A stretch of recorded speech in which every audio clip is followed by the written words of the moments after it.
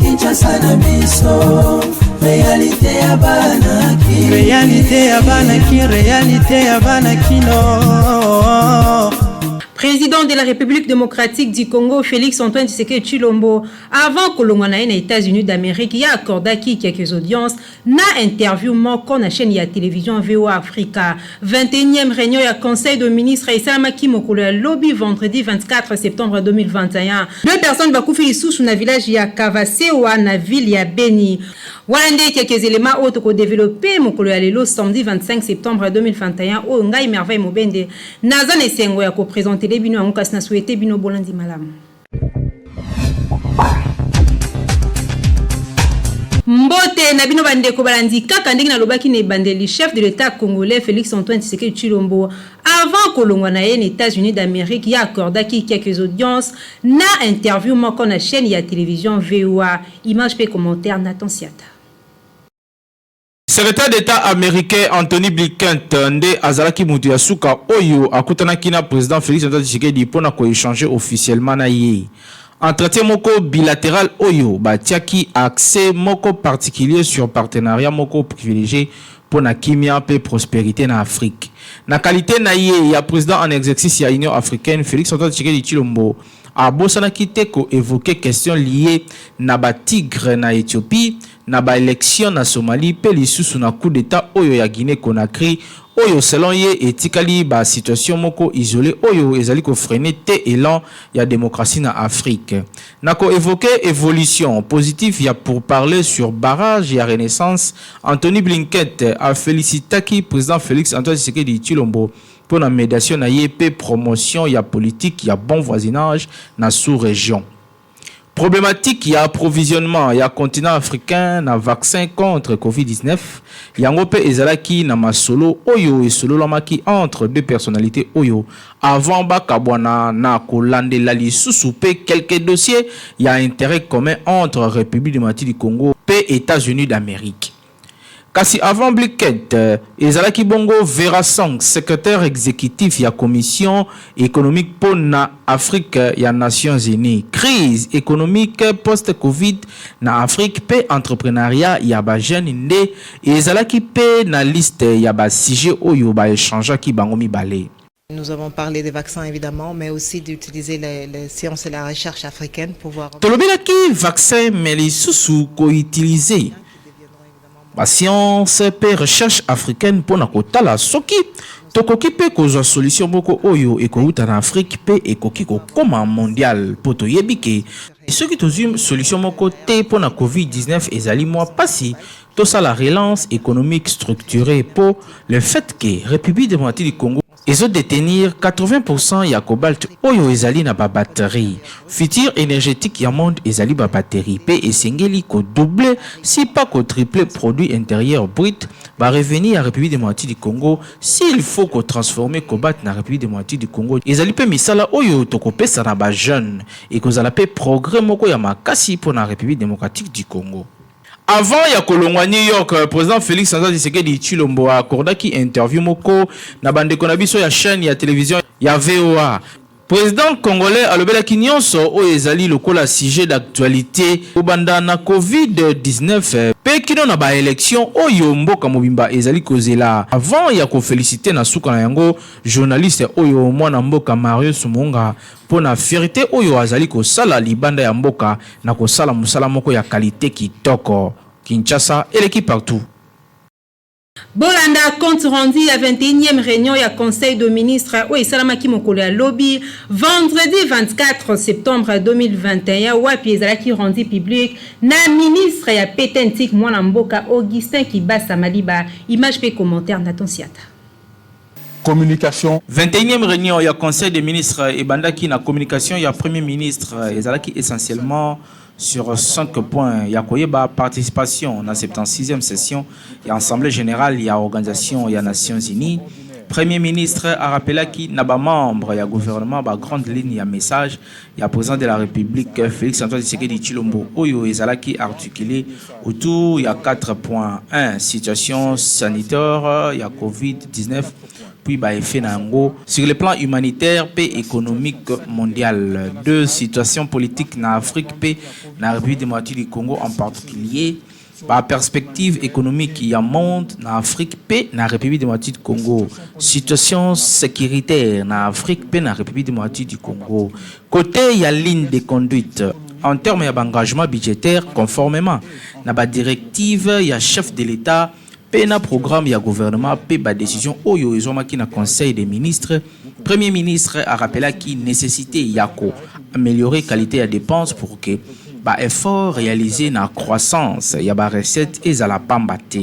Côté, il y a rentrée scolaire. Premier ministre a sengaki na ba ministre concerné par la Nyonsopo et les cas bien. Côté, il y a point d'information. Étape administration du territoire, ministre de l'Intérieur, sécurité et affaires coutumières a présenté qui situation moko général calme et sous contrôle, il y a ba force de l'ordre. Malgré que situation insécurité, ils allaient continuer dans quelques coins. Mais bah opération militaire ils allaient continuer pour nous zungisa kimia solo la partie est de la République démocratique du Congo. Lisusu a présenté qui bilan partiel il y a état de siège. Côté à vice-ministre, il y a santé, hygiène et prévention. À Talisaki évolution, il y a Covid-19 que bah opération, il y a vaccination, il y a Covid-19 ils allaient kokende bien pe engouement ils allaient makasi côté wana donc évolution ils allaient malamu. Côté approbation, il y a relevé, il y a décision, il y a conseil des ministres. Conseil des ministres a adopté qui va relever des décisions. Oyo ezwama qui na conseil des ministres il y a le 17 septembre 2021. Examen et adoption, il y a dossier. Ministre intérieur a indiqué qui suite. Il y a décision, il y a conseil des ministres, commission moko interministérielle et étudia qui techniquement problématique, il y a fermeture, il y a rapport illégaux clandestin pour proposer des solutions conséquentes. Après débat et délibération, dossier yango ezalaki adopté pe ezali na charge, il y a commission moko pour na soumettre évolution, il y a travaux yango na conseil des ministres dans 2 semaines.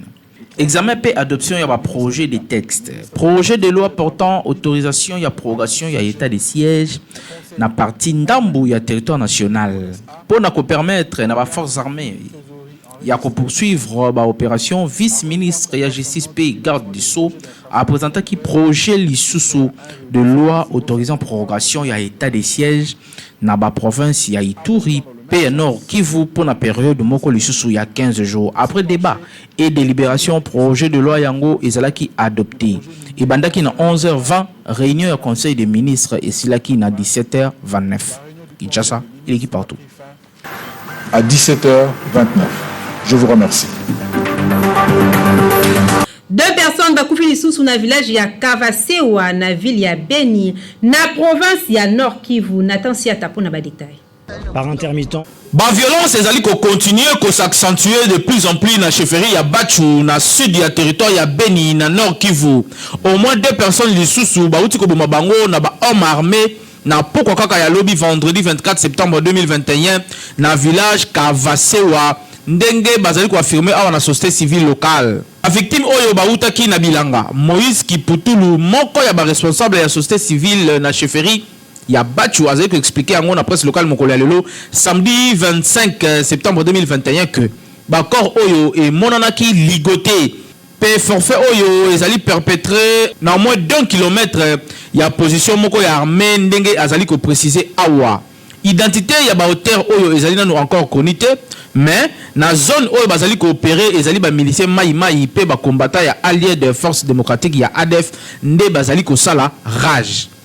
Et ça deuxième attaque où sali ba victime dans même village ya Kavasewa après oyo ya jeudi eleki au cours ya laquelle 6 personnes mokuka bakufaki na bilanga na bango ba kondi état de siège bo sala musala kitoko po makambu oyo et si la penza ya solo Kinshasa eleki partout.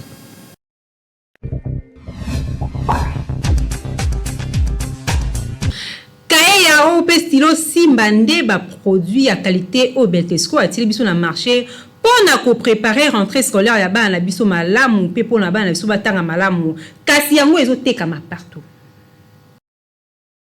toujours na souci ya kosunga mboka pe kosunga population congolaise kaka ndenge boyebeli société oyo monene na République démocratique du Congo Beltesco toujours pembeni ya population na ko accompagner bango na nyonso lelo lisusu ayeli bino bakaye yao pona kelasi ya bana na biso classe ezali kozonga kala te awa na yango kimaka deja mbangu na ba magasin nyonso ya Beltesco oyebi ezali partout awa na Kinshasa na ba commune nyonso soko tuni magasin ya Beltesco ezali po osombela bana na yo ba fourniture scolaire ya qualité supérieure lokola ba cahier yao ba stylo simba pe ba cahier cartonné ya ba format nyonso ozana besoin ozwa ba cahier ya qualité pe ba stylo ya kitoko pona bana na yo année scolaire oyo bazala à l'aise Kimambango na ba boutique ya Beltesco okozala desité. Tozana bakaya 100 feuilles quadrilinéées, tozana bakaya 48 feuilles quadrilinéées, tozana bakaya 24 feuilles quadrilinéées, tozana pena bakaya 12 feuilles quadrilinéées. Kobo sanate, tozali pena ba stylo simba ezokoya ezokoma, tozana ba stylo simba ya bleu, tozana ba stylo simba ya rouge, tozana pena ba stylo simba ya noir. Tozali lisusu na surprise mususu mbula auto bakisi, toyina bakaya cartonné ya ba joueur kitoko o bana balingaka. Kobosana te balobi tangu ozali kosomba kaye yao vérifier bien soki ezali na logo oyo ya Beltesco po ba mwifi bazali ebele oyo bazali ko pirater yango donc soko sombi ya mwanza ekolia yo okoumela nango te po ekosenga obakisa mususu kasi soki osombi ya Beltesco ozali mobimba ane mobimba bana bakotanga kitoko po bakaye na bango pe ba stylo na bango ezali ya qualité supérieure otolobaki te tolobi Beltesco vraiment mosungi ya mboka Kinshasa et l'équipe partout.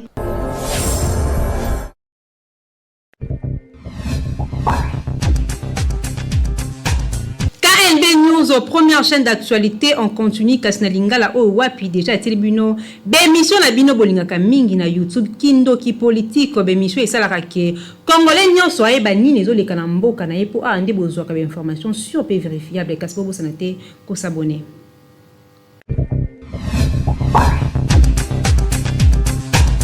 Stratégie na biso na la moka ezala ki kosala nyoso ke ba élection esala mate parce que toloba ki jamais toko accompagner ndeko Félix na ndeko Joseph Kabila na maponani toloba ki non fallait ko créer alors on voulait utiliser plan de sortie ya crise ya ndeko Martin Fayulu oyo elinga ki permettre biso ko bloquer biloko de façon que toke ne vers englishment tout ça le dialogue toka bona pouvoir puisque tolobino bango bazana pouvoir pourquoi tu accompagner ba des stratégies bande ko bazo utiliser lelo yango na zolo baboy donc complètement eza simanion so ba sala oui justement puisque la muka el bandundo ils ont utilisé stratégie ya biso ya kala bandundo sondeni on est comme tribalisme non tu m'as dit el national payzali o ezali na bandeko Claude Lubaya bandeko Sesanga bandeko Frank Diongo bandeko Moïse Katumbi Bemba wana eza national non o ba kota union sacrée o ba komina union sacrée mais ils sont restés la muka nationale mais bandundu pe ça dit moi la muka na ye Martin Fayulu na ndeko Mzito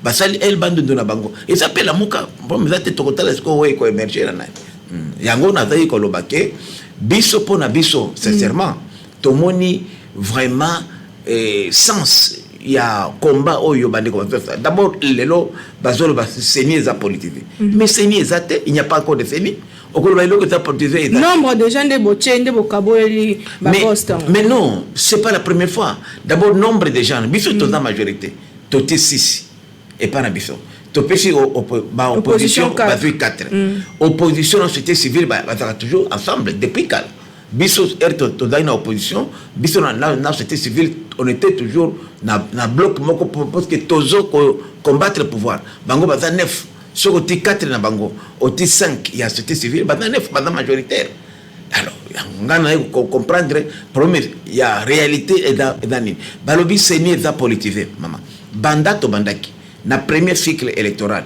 deuxième troisième so taliba seni nyoswana 70% il y a des membres qui sont dans la société civile. Et puis, dans le Congo, na Congo, quelle est la société civile? Tangelanga association moko ou eza politivité. Biso to kendaka na Genval, na bandeko Félix oyo.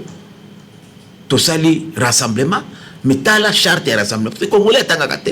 Na rassemblement wana eza ki unité ya opposition to baki to fédérer ba force na biso. Mais bandeko ya Zado ba fera kati. Avec ndeko Katenda Finyaki.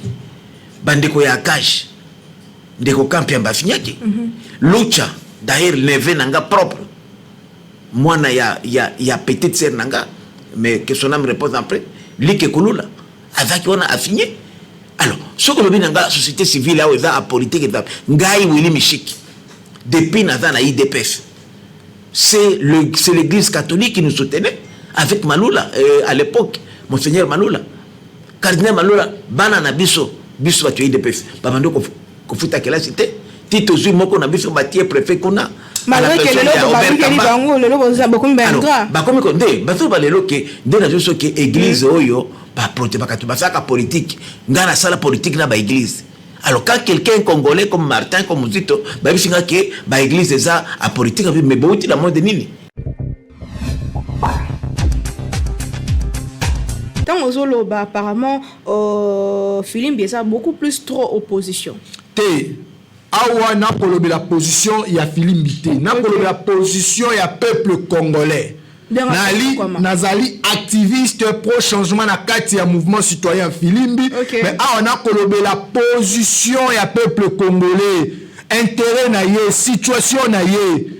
Et c'est ngena za la Filimbi te pona lobela yango. Alors tout ça pourquoi moto tout oyo akoya awa akolobe te population congolaise ali bongo malamu akozoba population yende sengeli bokanga ye bolo bakea moto yo akoboloniser peuple ki bobolole ne yangwana eloko kotambola malamu te okolobe te kotambola malamu je baboyela ki makamba ya ko sa moto bolole ali bongo injure Martin Fayulu. Mais ce que vous savez, le moko zali na tinate, et le moko ali inconscient, oko luko défendre l'indéfendable. O ali bongo nani, oko prétendre ko ali licencié, oko prétendre ko ali mokondi. O ebi rôle na yo malamu te. Moke o sali mabe. Moke o détourner mbongo ya l'état. Ba benga yo nani? Mais pourquoi dans tout ça, vous mobilisez la population pour nous lever comme Talinzala par exemple? Mais tout le monde a surtout les opposants sur la balabala non élection. Bon, bah, politique bango, faut ba été, ba zali na ba agenda na bango. Biso ba ya ba mouvement citoyen total la kamingi vécu quotidien, situation ya population. Na yango elongo na mouvement citoyen Filimbi to mena ba action ebele, ou ezali na impact ya social. Contre Covid, to mena ki bongo ba action. Biso pe le lenge na JNP. To mena action, ba action to mena ali bongo les gens. Tant ba ngwa zoma ina biso de manière illicite par imposition na lac Tchad. To zala ki bongo liboso ambassade tchadienne en 2017 pour nous bisa ambassadeur tchadien benda président na yo Matoyi mai na biso bakoki kozwa yango te par désaccord to par imposition. Tangu bato bako kufa na este ya Congo na Beni bato mingi balaki sensible en 2018 pour na makamususu biso tozwa ki courage ya koyebisa MONUSCO ete MONUSCO oyaki awa te pona tourisme oyaki awa te pona bakoltan Congo moyaki awa pona stabilité ya paix na sécurité ya mboka to komona ete makambo ko malamu te malgré te bakaske bleu bali bongo par-ci par-là na este FDLR akoboma makasi koleka Adef Nalu akoboma makasi koleka to benda ki Matoyi MONUSCO pe ayokaki. Le MONUSCO a remis kokende déjà petit à petit déjà ba signa qui plan ya départ na ebo CP nango ou bien comment. Biso to exige ki MONUSCO akende te. Pe kutu na minute MONUSCO akoki pe kokende te pour instabilité et ali bongo makasi situation inquiétude sécuritaire des ali bongo makasi. FDLR, ADF Nalu, banda état de siège et bandit. Kino lelo yo, to sali bongo plus de 3 mois, toko kende bongo 4 mois, toko kende prorogation en prorogation. Combien de civils ont été tués, moi, dans Mboka? Lucha a lancé qui communiqué, rapport na plus de 533 civils tués. Ba notable ya ba des provinces Ituri na Nord Kivu bango moko kutu balembi état de siège pour la nini ba komona ete oui état de siège sali oyo kokai ko sala mais elakisi pe ba faille na ba limite na yango.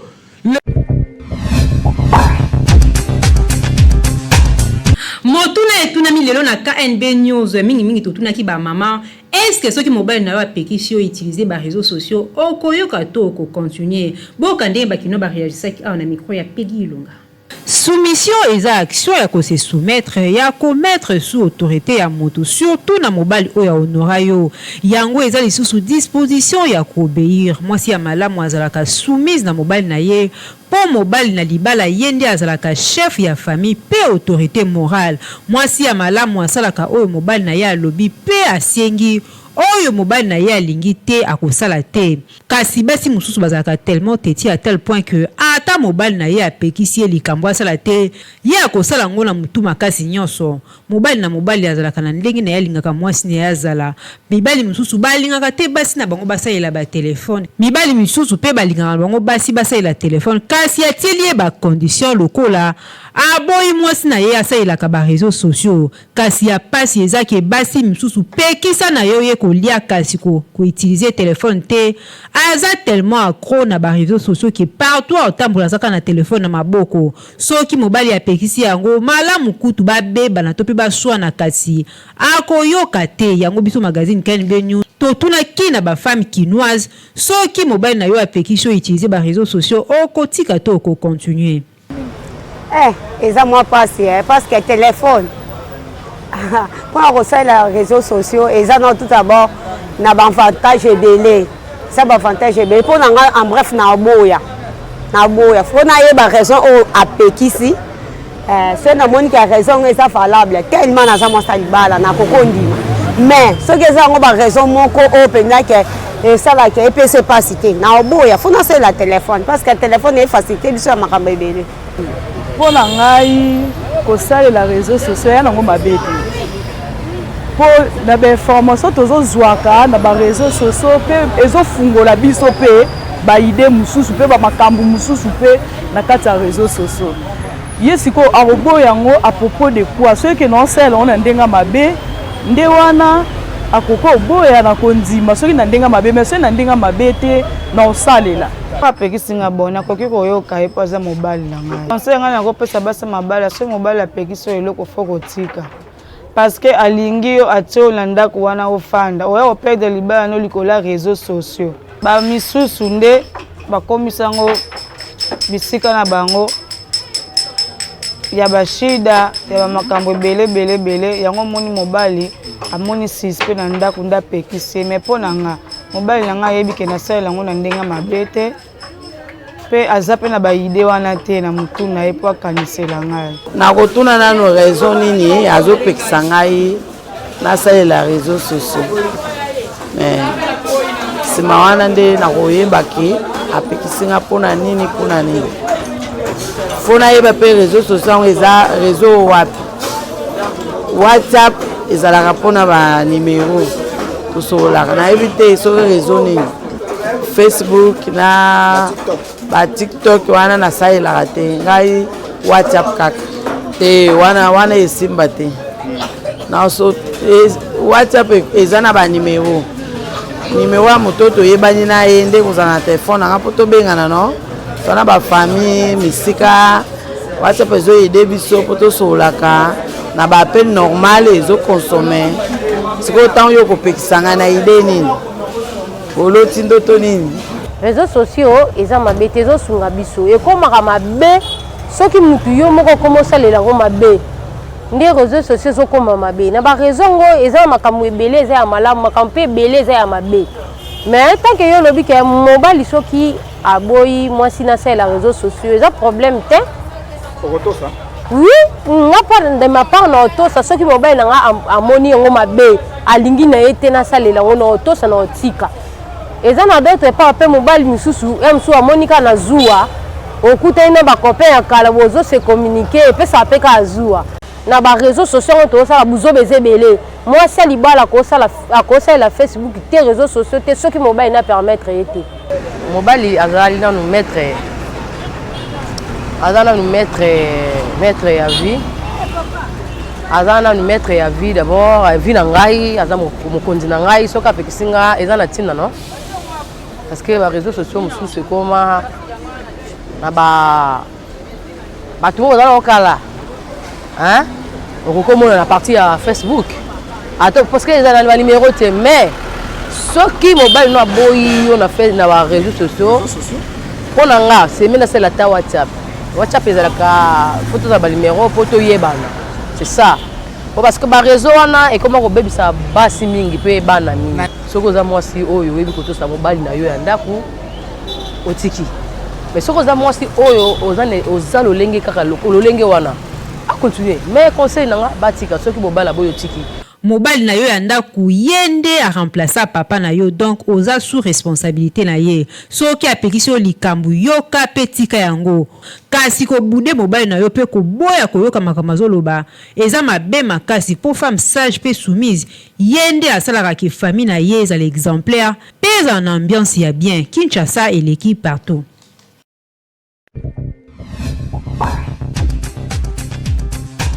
Tokende koto ya sport wapi Vita Club asalaki ambi partout na équipe Étoile du Kivu na cadre ya 27e édition ya Linafoot. Nathan si atapesi biso ba détail. Association sportive de Kinshasa Vita Club azalaki tenu en échec na ba Étoile ya Kivu mokolo ya lobi vendredi 24 septembre 2021 na Bukavu na Sud Kivu. Score ya rencontre oyo ezalaki ya ambi partout. Ezalaki na cadre ya match aller ya deuxième journée ya championnat national de football Linafoot Ligue 1 oyo ezalaki disputé na stade Concorde ya Kadutu na Bukavu. Baloko bazalaki bato ya liboso ya kofongola score na entremise ya Mbemba Mbokoyi na 44e minute avant que AS Vita Club aya ko réagir na 54e minute na nzela ya Glody Lilepo. Joueur Oyo a profitaki na ballon moko mal renvoyé na portier Landuma Kiese. Après Koufra moko ya kitoko oyo ezalaki exécuté na Ebunga pour na égalisation. Ezali premier match nul ya saison ya ba poulain ya coach Dominique Sionsi après victoire na bango contre Dauphin Noir oyo babetaki en déplacement. Par contre, ils allaient bon début à championnat pour na ba Étoile ya Kivu oyo na première expérience na bango en première division pour être réussir quand même contenir en échec club ya monene oyo pour être enregistré qui paie liboso première victoire na bango face na Renaissance du Congo lors ya première journée na bango. Côté Moussousou pe association sportive Dauphin Noir ya Goma a Yambaki Football Club Renaissance ya Kinshasa mokolo ya vendredi pe 24 septembre 2021 à stade ya unité à Goma. Ezalaki na cadre ya poursuite ya 27e édition ya Ligue nationale de football Ligue 1 saison 2020-2021. Score final a issu ya 90 minutes ya match oyo ezalaki bongo ya 0 but partout. Ezali triste match nul oyo et permettre na AS Dauphin Noir ya Goma ba arracher premier point na bango ya saison oyo après défaite oyo ba uteko pour la 2 buts à 1 lors ya premier match na bango ya saison mokolo ya mardi 21 septembre et l'équipe face na Vita Club ya Kinshasa. Renaissance a enchaîné deuxième contre-performance naye après défaite naye oyo ya 1 but à 0 face na ba FC Étoile du Kivu mokolo ya dimanche 19 septembre 2021 et l'équipe na stade Concorde ya Kadutu ville ya Bukavu na Sud Kivu. Kinshasa et l'équipe partout. Merci mingi na bino bandeko obozo ki libako ya kolanda KNB News ya mokolo lelo confiance pe fidélité na bino ndezo sala ki to sala toujours mosala ki toko kasna bo sanate ko pesa grand merci na équipe technique et rédactionnelle ou basaki mosala ki toko na sima caméra tozaki bongo na Hervé Zaka régie et Simba Maki na Timothée Kayembe na réalisation ya Nathan Siata toujours na coordination ya grand lieu à communication Jimmy Mukende Chimanga na bino to kutani mikolo ezali ko ya kasna bo sanate ko souhaiter bino kimia na mabota na bino pe bon week-end. Magazine,